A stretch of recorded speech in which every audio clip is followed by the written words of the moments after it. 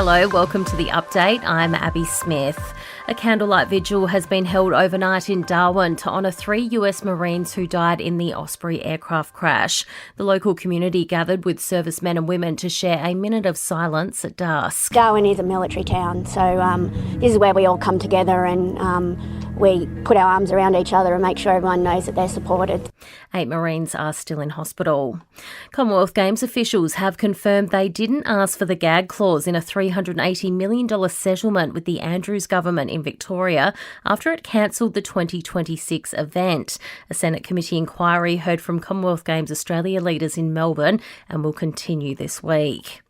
Ultramarathon runner Pat Farmer has reached the nation's capital on his 14,000-kilometre journey around Australia. The former Liberal MP is campaigning for a yes vote in the Voice referendum. The run to wrap up at Uluru in October. Cut through all of the rubbish that's being told out there. The simple fact of this matter is that the first people that were here, they deserve a voice about their own futures and their own destinies.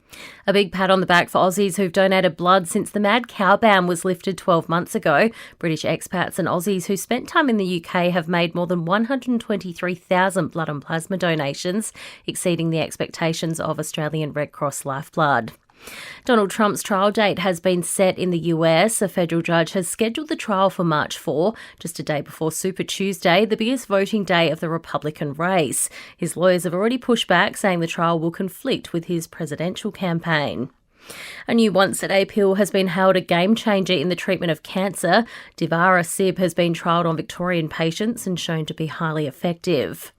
And a new toolkit is being made available to veterans to better suit their mental health needs. The Black Dog Institute's Janie McGoldrick says they're aiming to provide specific care for vets. It's really about helping primary health networks and all the services they offer to GPs and other healthcare providers across the country with the resources, knowledge needed to provide better care to veterans. Entertainment and sport next. Adam Simpson is staying on as coach of the West Coast Eagles. The club board has issued a statement saying the decision to retain the premiership coach was unanimous, despite the club claiming their second wooden spoon on Saturday night. Eagles premiership player Will Schofield believes there'll still be significant change at West Coast. If it's not Simo, other people are going to lose their jobs. It's just the way footy goes. It's an elite industry and it's ruthless. You can't finish wooden spoon and nothing go unchanged, so they haven't changed the coach. I think you'll see changes around assistant coaches. I wouldn't be surprised if you saw changes through administration, through every level. Meantime, the Giants will challenge a one-game ban handed down to Toby Bedford for rough conduct, while Carlton's Jacob Whitering has received a fine for making contact with the eye region of Toby Green. Switching codes, the Bunnies have re-signed skipper Cameron Murray until the end of the 2028 season. He says he can't imagine playing anywhere else. Meantime, on the Gold Coast, the Titans have locked down Tanner Boyd until the end of the 2025 season. And a thrilling start to the US Open is underway in New York. Aussie Darius Seville is through to the second round in straight sets, while fellow Aussie Storm Hunter has been knocked out. World number 1 Iga Swiatek has started her title defence with a straight sets win over world number 86 Rebecca Patterson. In entertainment news, Jason Momoa has proven he's a hardcore Metallica fan. The Aquaman star has been spotted in a hectic mosh pit at one of the band's LA concerts, jumping up and down with other fans.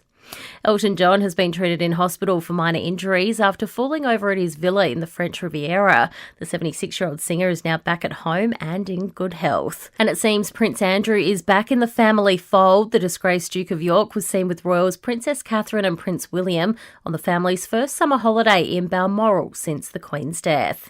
And that's the latest from the Nova podcast team. We'll see you this afternoon for another episode of The Update.